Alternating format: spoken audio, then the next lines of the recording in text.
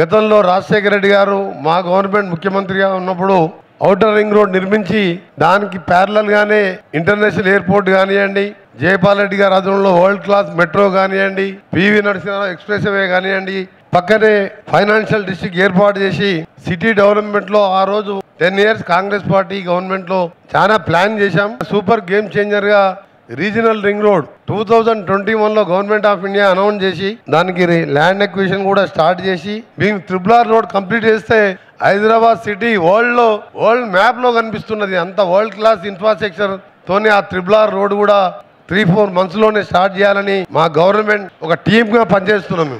అంటే గవర్నమెంట్ అంటే last government లాగా వన్ మ్యాన్ షో గవర్నమెంట్ కాదు. ఇది CM plus and his family. This is democracy government, democratic government. మా డిప్యూటీ సీఎం గారు ఉండేది ఇవాళ ప్రజాభవన్. 24/7 × 365 days పోవచ్చు. మా మినిస్టర్స్ దగ్గరికి ఎప్పుడైనా రావచ్చు.